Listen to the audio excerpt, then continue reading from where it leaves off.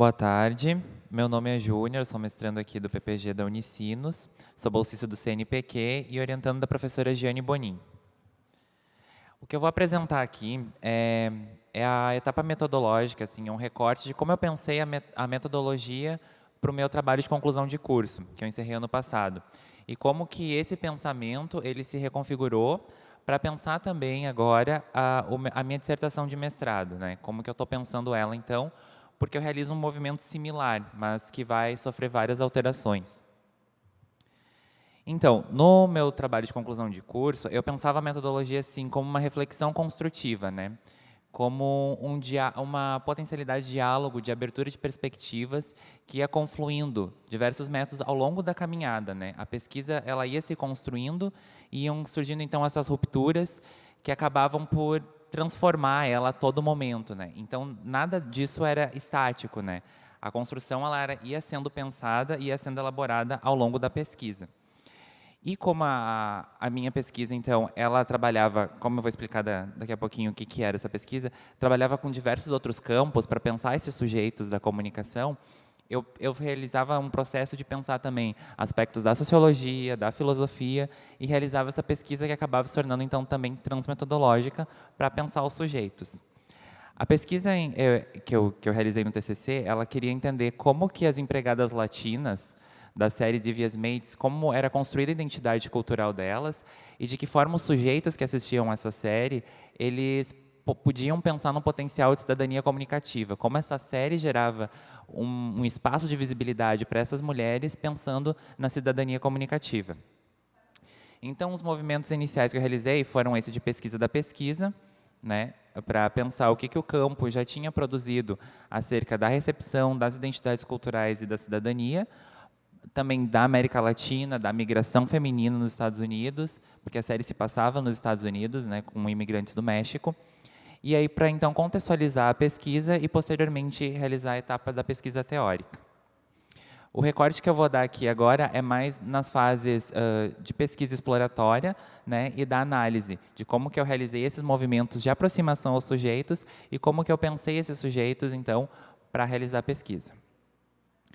Então, primeiramente, eu pensava a pesquisa exploratória, eu penso ela como uma aproximação entre a teoria e a empiria, né, a fim de compreender esses objetos móveis da comunicação.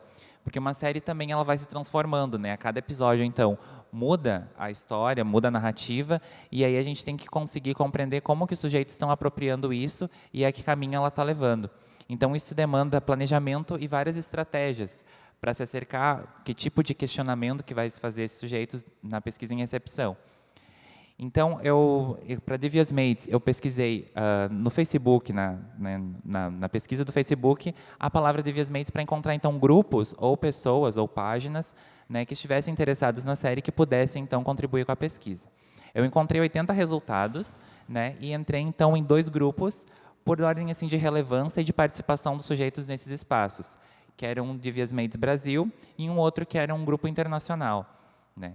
E como eu só tinha, então, 6 meses para executar a pesquisa, eu precisava de uma forma de me aproximar de sujeitos de uma forma rápida e, ao mesmo tempo, que desse conta de aprender esse projeto que eu estava, né, empreendendo com eles e de entender realmente o que estava sendo utilizado e apropriado na série.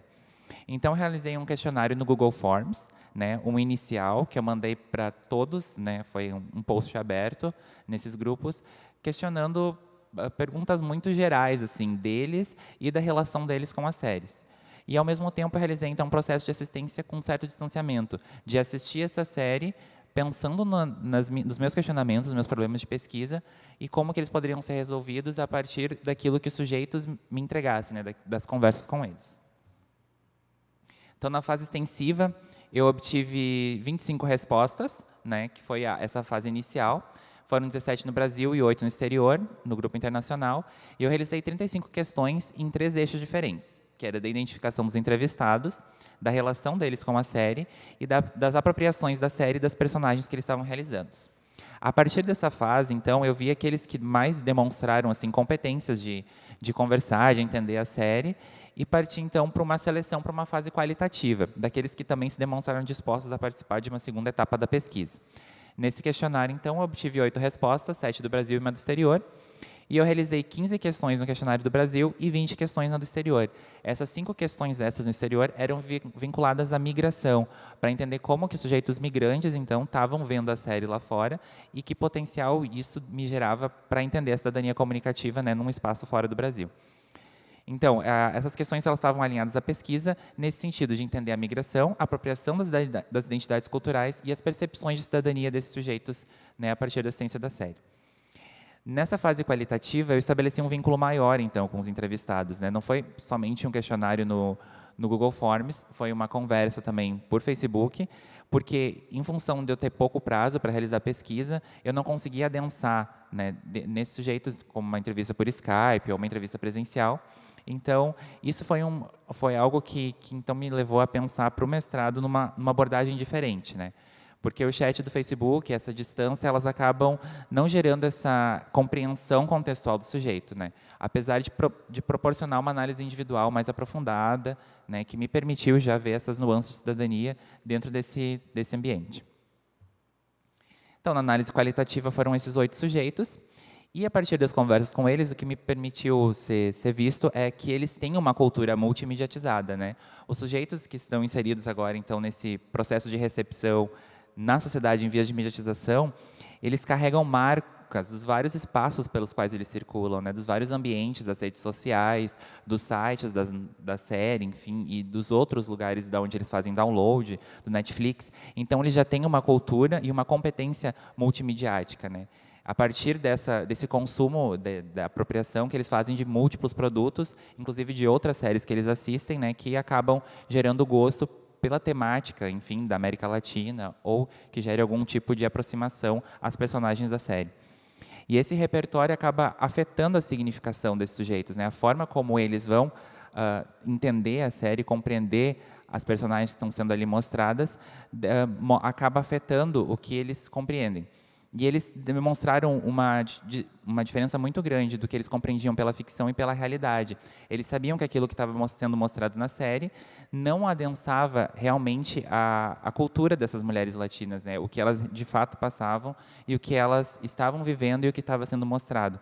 Então, eles dominavam essas regras e essas lógicas do entretenimento, né? Para, então, eu entender que as mídias, para esses sujeitos, seriam matrizes centrais de produção de sentido.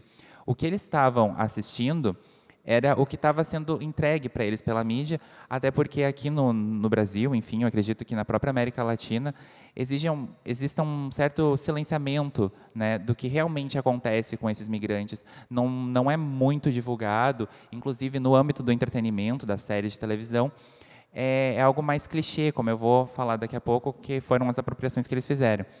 Então, as mídias, elas afetam as vivências, as experiências e as próprias referências desses sujeitos, né? O que eles estão entendendo de América Latina é o que está sendo transmitido para eles. E se eles não buscam num leque maior, né, de informação, eles acabam ficando reféns daquilo que a série está mostrando.